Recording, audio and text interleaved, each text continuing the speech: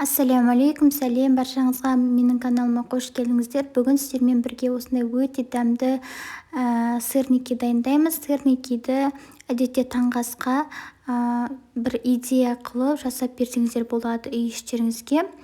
Осы рецептпен жасауларыңызға кеңес беремін. Алдымен біз сүзбені осылай 2 қабат марльге немесе 3 қабат марльге артық жаңағы суынан сығып аламыз. Егер сіздерде құрғақ сүзбе болса, онда бұл қажет емес.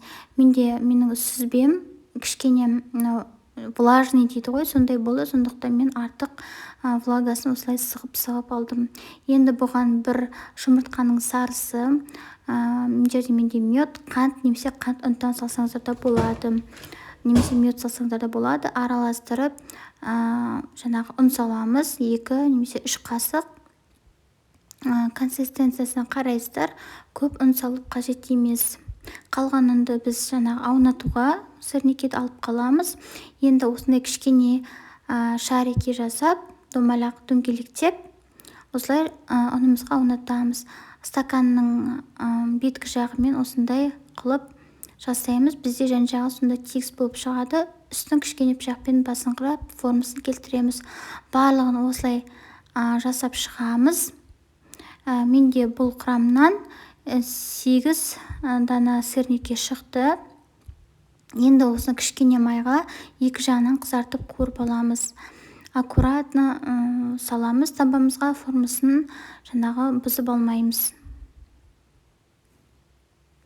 Бетін жауып, жаңағы қақпақпен жай отта пісіріп аламыз. Бізде сырникидің ортасы барлығы толық пісуі қажет.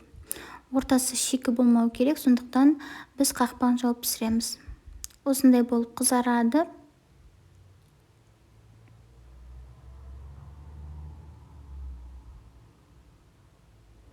Мінекей біздің сырникилер дайын, өте дәмді. Үстіне мед немесе сгущенка құйып берсеңдер болады. Разрезі осындай, ортасы барлығы толық піскен, ешқандай шикі емес. Және ұнда көп емес, бұның тең жартысы сүзбе. Міндетті түрде дайындап көріңіздер, аз болсын.